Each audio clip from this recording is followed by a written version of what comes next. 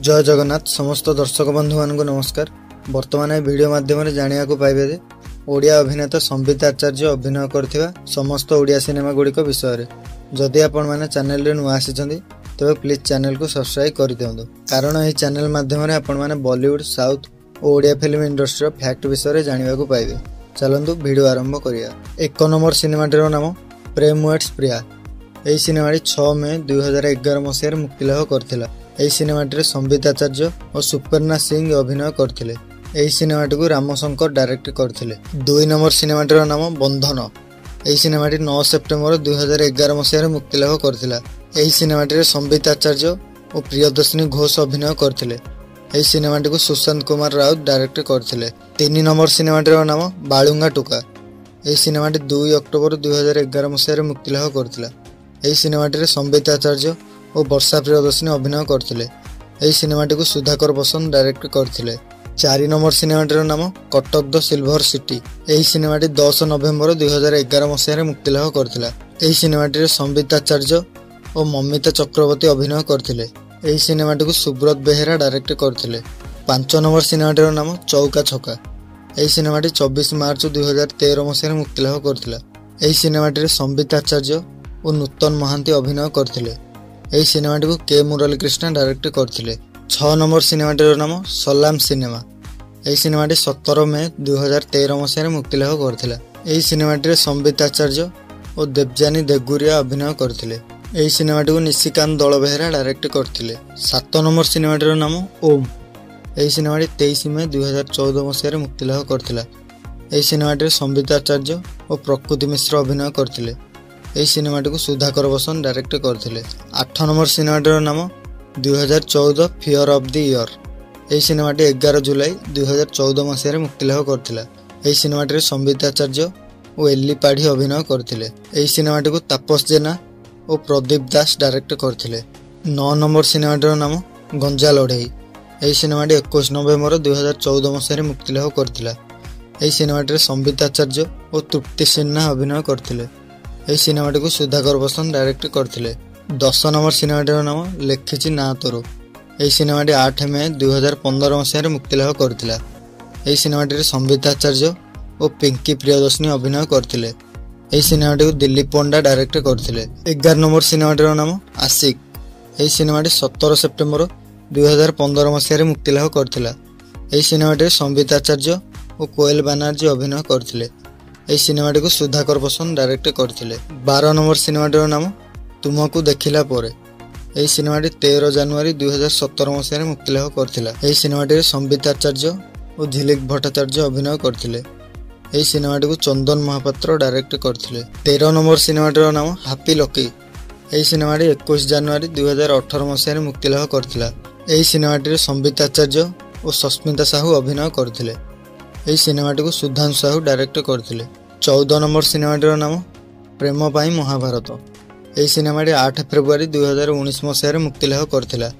एही सिनेमाटी संबित आचार्य और रिया दे अभिनय करथिले। एही सिनेमाटी को निरंजन बेहेरा डायरेक्ट करथिले। 15 नंबर सिनेमाटीर नाम टिके लव टिके ट्विस्ट। एही सिनेमाटी 27 डिसेम्बर 2020 मसीह मुक्ति लाभ करथिला। एही सिनेमाटी संबित आचार्य और पूनम मिश्र अभिनय करथिले। एही सिनेमाटी को एसके मुरलीधरन डायरेक्ट करथिले। 16 नंबर सिनेमाटीर नाम श्रीक्षेत्र।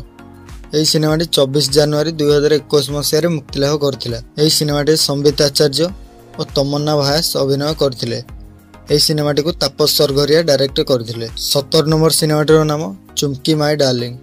एही सिनेमाटी 14 मार्च 2021 मसीह मुक्ति लाभ करथिला। एही सिनेमाटी संबित आचार्य और महेश्वता रॉय अभिनय करथिले।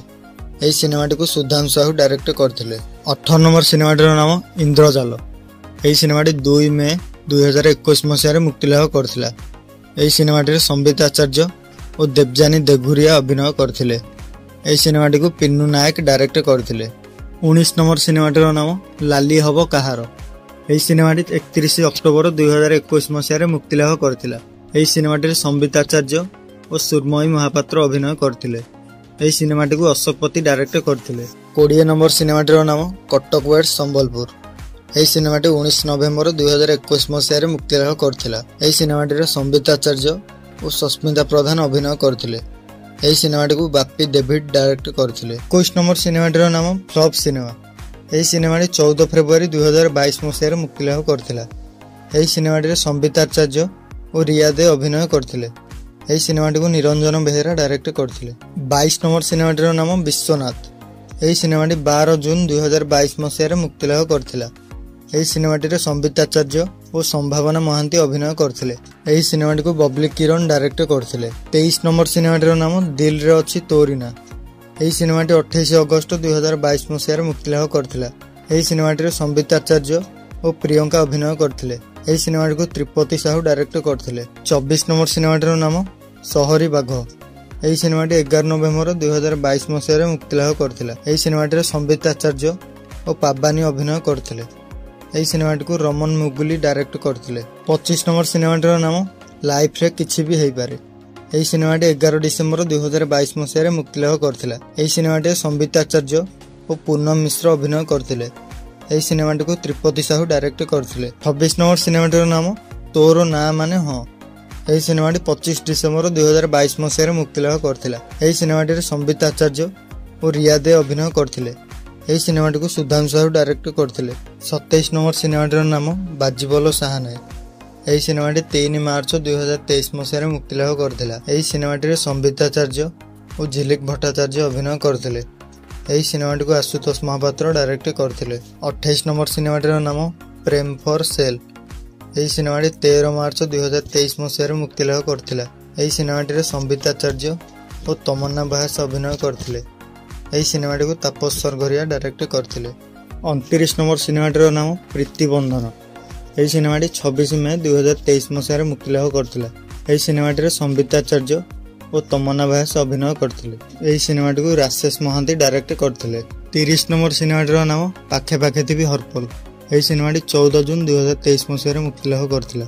ଏହି ସିନେମାଟିରେ ସମ୍ବିତ ଆଚାର୍ଯ୍ୟ ଓ ତମନ୍ନା ବାହାସ ଅଭିନୟ କରିଥିଲେ। ଏହି ସିନେମାଟିକୁ ତ୍ରିପତି ସାହୁ ଡାଇରେକ୍ଟ କରିଥିଲେ। 31 ନମ୍ବର ସିନେମାଟିର ନାମ ଜହ୍ନ ରାତିର ସାଥୀ। ଏହି ସିନେମାଟି 21 ଜୁଲାଇ 2023 ମସିହାରେ ମୁକ୍ତିଲାଭ କରିଥିଲା।